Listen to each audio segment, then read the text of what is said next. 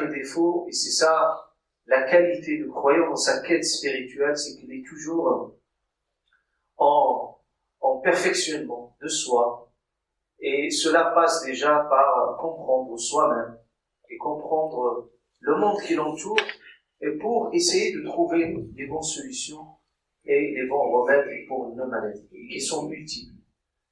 Et aujourd'hui, je vais évoquer l'une des problématiques qui peut toucher beaucoup de monde, touche tout à chacun, c'est la lassitude. C'est se lasser vite. Et cette lassitude peut amener parfois au découragement. Et même, il peut parfois auto-handicaper certains qu'il arrive à des niveaux d'anxiété, de dépression, où ils n'ont plus le pouvoir d'agir, ni le pouvoir de réfléchir. Et parfois, cette lassitude, c'est là, cette parasite qui est déjà enfouie en nous-mêmes, il faut la voir et l'observer pour pouvoir y contrôler et ne pas céder à la tentation de la lassitude qui peut nous amener vers des chemins que nous allons bien détailler. Donc c'est ça l'objet, Inch'Allah Ta'ala, de notre sermon, bi'idhnillahi subhanahu wa ta'ala. Donc, des vérités essentielles pour comprendre cette maladie. Il faut savoir que le monde qui nous entoure n'est pas sur un point fixe.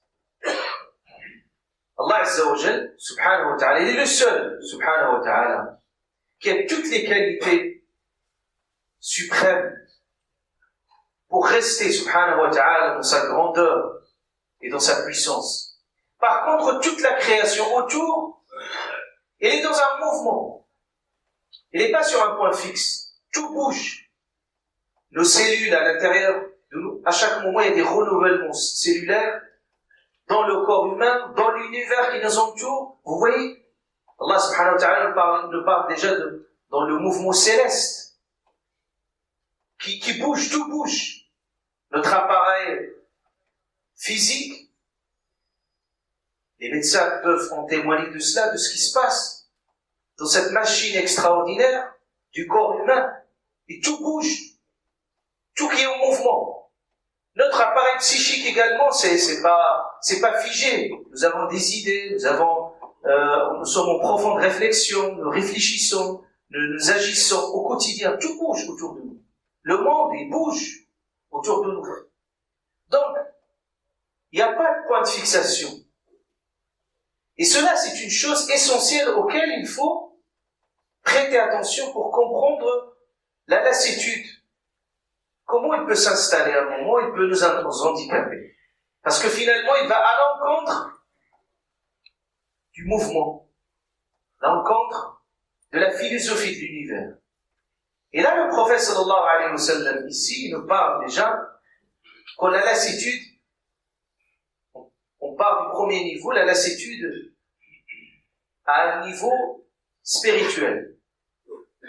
On peut voir les manifestations de cette lassitude dans tous les domaines de la vie. Mais on parle déjà de la base de la lassitude spirituelle. Le prophète alayhi salam, il dit, dans un hadith, il dit, Inna al-iman, il dit la foi, s'use. Inna al-iman s'use à l'intérieur de vous, dans votre fort intérieur, comme il nous donne une métaphore extraordinaire. Il nous donne comme les vêtements, les habits s'usent à travers le temps. C'est-à-dire quand vous achetez un vêtement ou un habit, il est toujours attractif, toujours agréable de le porter pour la première fois. Mais à travers le temps, cet habit s'use. Il ne peut pas rester sur sa tête figé, fixe. C'est impossible. Il nous dit le prophète alayhi salam, par rapport à votre foi, c'est pareil. Vous n'êtes jamais au même niveau de la foi. Certes, vous avez les fondements d'une foi, mais cette foi peut arriver à un niveau spirituel et parfois il peut chuter. Mais il faut comprendre, c'est le mouvement de la foi. Parce qu'il y a des raisons, parce qu'on ne chute pas pour n'importe quelle raison. Il y a certainement des raisons, des raisons de cette chute de la foi. Il y a des raisons aussi qui font que la foi augmente. Et il dit le prophète alayhi salam, c'est ça ce qui nous intéresse. Il fait fas'alullah, demandez à Allah. Et il utilise le terme le plus approprié ici. Allah yujaddid al-iman fi qulubikum. Demandez à Allah Ta'ala qu'il renouvelle la foi à l'intérieur de vous.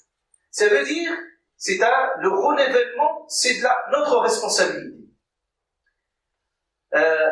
Nos idées, si on ne va pas les renouveler, c'est-à-dire les recycler, les retravailler, ils vont mourir à un moment donné.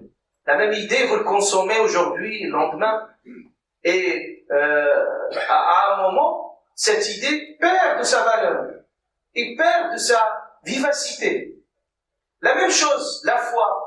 Si vous le consommez toujours une foi traditionnelle, une foi qui ne se renouvelle pas au niveau de votre effort, de comprendre davantage votre foi, de votre effort davantage appliquer comme il se doit, de faire l'effort d'articuler tout cela, à un moment donné, vous trouvez plus le goût de votre foi, vous trouvez plus le goût. C'est pour ça qu'on est censé toujours apprendre davantage, on est censé toujours s'améliorer, bien entendu, pour trouver l'équilibre nécessaire qui nous permet vraiment à arriver à un niveau spirituel tolérable. Il y a un niveau de tolérance de la foi qui ne doit pas chuter. Et c'est pour ça que le prophète alayhi salatu wassalam, il dit clairement, il dit alaykum min al-a'mal ma tutiqun, c'est-à-dire appliquez-vous au niveau de votre pratique spirituelle, appliquez-vous en fonction de vos capacités. Ce qui est possible, ce qui est dans vos capacités. فإن الله, il explique, il justifie, sallallahu alayhi wa sallam, il dit, فإن الله لن يمل, il dit Allah ne se lasse jusqu'au que vous vous lassiez, vous. Et la preuve, Allah Ta'ala parle des anges, et parmi les qualités des anges, c'est qu'il dit, parmi les qualités des anges, où on peut dire leurs caractéristiques, c'est que ils adorent Dieu. يسبحون الليل والنهار, matin et soir, pendant toute la journée, la nuit, sans se lasser. وهم لا يسأمون, c'est-à-dire ils ne se lassent pas. ولا يفترون, c'est-à-dire ils ont pris le goût, mais c'est Allah Ta'ala les a constitués de cette façon-là. Par contre, l'être humain, non, l'être humain, il est toujours tiraillé en conséquence.